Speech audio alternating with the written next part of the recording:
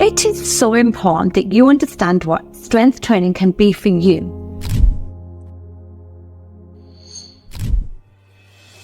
Studies have shown many different health benefits simply beyond putting on muscle. So let's explore some of the top ones together. Okay, firstly, increased bone density. It can improve brain health, enhanced cardiovascular health, improved sleep quality, enhanced flexibility and mobility, increased energy levels, managing chronic conditions, improved body composition, better postural alignment, and lastly, improved mental health and confidence. We have come a long way when it comes to strength training. And if you're thinking that strength training today has to look like this, or even this, and that you have to look like this and have access to a gym, well then I'm here to tell you that it does not. So don't miss out on one of the best tools for women to optimize their health in the short term and to promote longevity and well-being in the long term. In the Muscles Matter section, we will focus on specific needs and challenges faced by women in perimenopause, menopause, and postmenopause. Understanding this important life phase of life is essential, as most women will spend more than half their life in that state.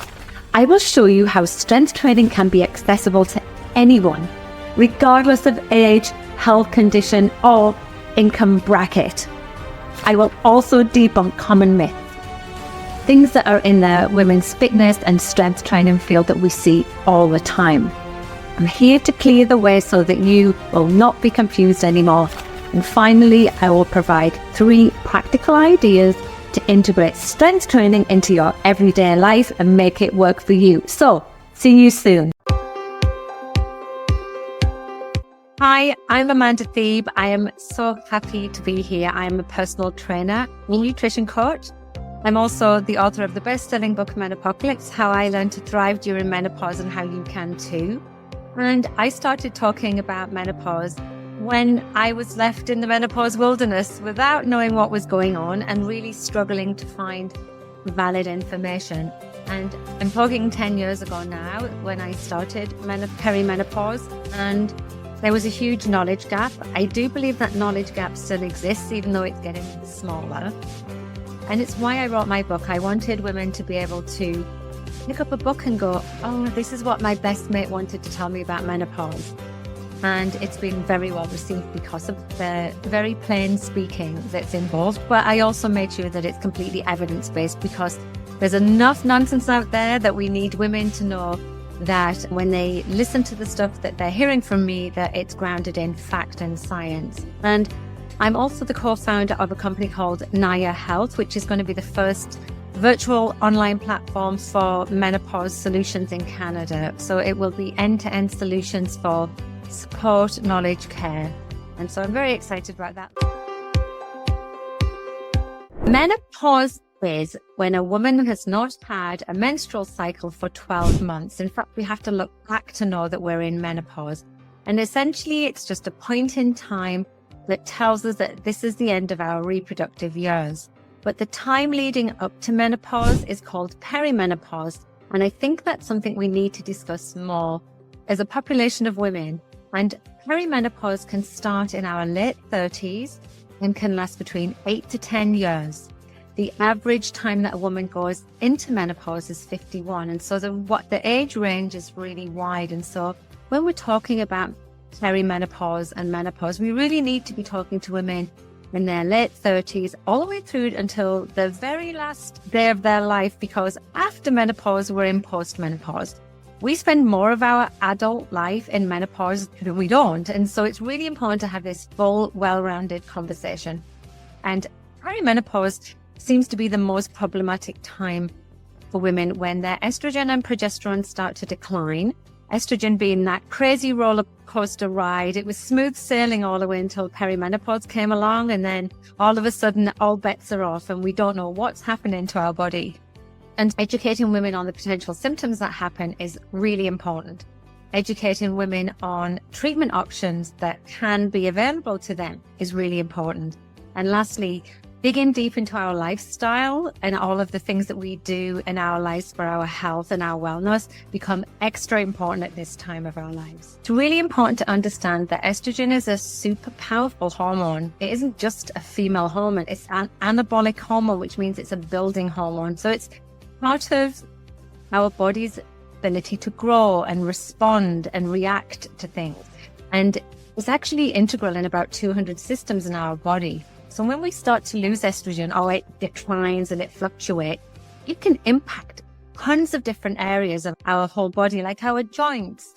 A lot of women struggle with joint pain, say migraines, things like fatigue, and maybe gut issues, heart palpitations, you name it. There's like almost nothing that isn't impacted by estrogen.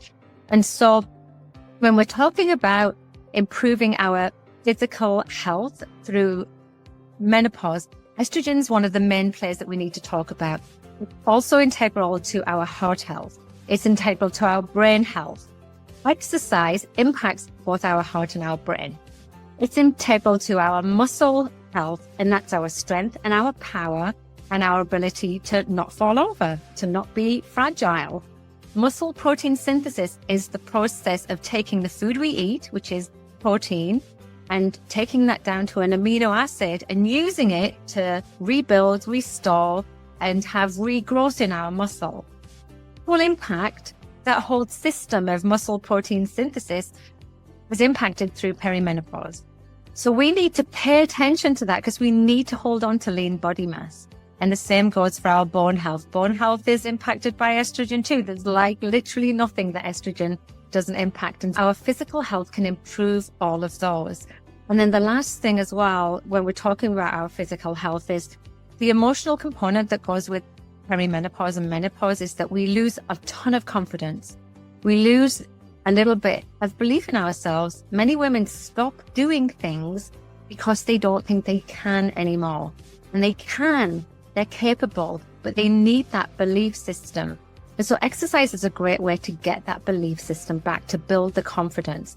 And especially when it comes to something like strength training, where you actually can test your body and see that it can do hard things. It really can. We're way more capable than we think we are. And so when I talk about exercise, I'm not talking about just the physical impact on the body. It ends up being the emotional impact as well. And that to me is huge. I'd like to go into the skinny on bone and muscle if I can, because these are two massive factors that impact women. Let's start with our muscle health. Muscle health after the age of 30 starts to decline at a rate of between 3 and 8% per decade. And that's very much dependent on the individual person. But things like your hormonal status, if you're sedentary, if you are getting older, a lot of us fit all of those different things. If you have any other underlying chronic conditions, all of these things play an impact in our ability to hold on to lean muscle. And I just want to quantify, first of all, because there's lots of women go, well, I don't have any muscle. I've only got fat or whatever. And it makes me laugh because everybody's got muscle. It supports your skeletal system. Whether you can see it or not, it's under there somewhere. And it's really important to hold onto that lean mass. When I say lean mass, I'm literally talking about our muscle. When we start to lose muscle mass, it's called sarcopenia. And something that we can actually stop. It's something that we have very much in our control. So like I say, when you're getting older, if you're not moving enough, and then if you go through a hormonal shift, menopause being a very key one, we see that process accelerating.